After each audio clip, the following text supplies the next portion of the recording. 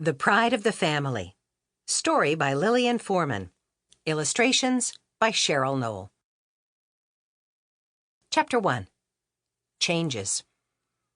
Marina knelt on the couch, staring out the picture window at the darkening street.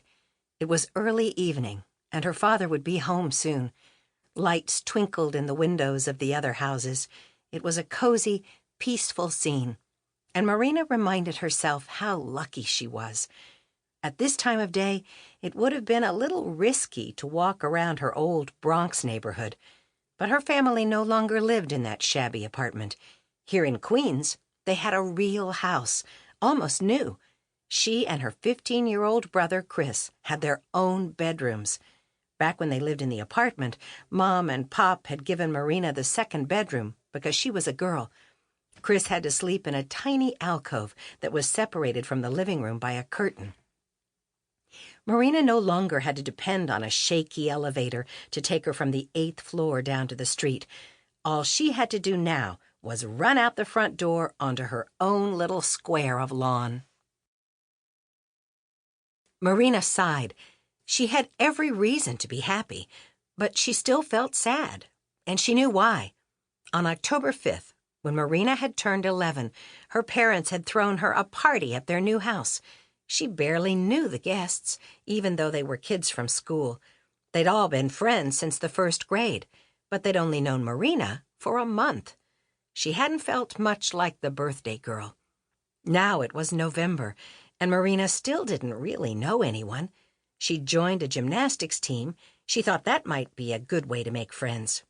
Marina loved gymnastics and worked really hard at it, but the other girls looked at her with narrowed eyes. Sometimes she just thought they disliked her for being good. Marina knew how that sounded, but she wasn't being conceited. She really was good. Mr. Bolton, the team coach, was confident that Marina would help the gymnastics team win the championship this year. His constant praise during her routines made her feel so self-conscious that she just wanted to crawl into a hole and hide. "You other girls watch Marina do her floor exercise," he said. "That comes from hard work." Marina thought about what Mr. Bolton had said. Well, of course the other girls don't like me, she thought. They all worked just as hard as she did. They worked so hard, in fact, that if they messed up in a competition, they would dissolve into tears. Marina remembered Paige in the last competition. Because of a small hop on the landing, Paige had lost points in an otherwise flawless performance on the vault. The color drained from her face. She was stiff and owl-eyed, but she managed a weak smile. Then she had rushed to the locker room. Marina was worried and had gone after her.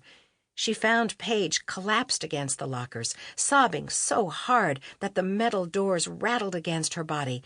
When she noticed that she was no longer alone, she marched into a toilet stall and slammed the door. Later, Marina had overheard Paige's mother comforting Paige. "Don't worry," she had said. "In a few years, you'll be the best again. That Marina Ruiz will be too big for gymnastics. Just look at how tall her mother and her brother are.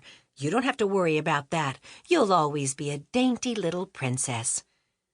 Paige's mother had made growing up seem awful. But Marina tried to tell herself that was silly. Just look at her own mother. Marina's mom was intelligent and beautiful, and people... Sample complete.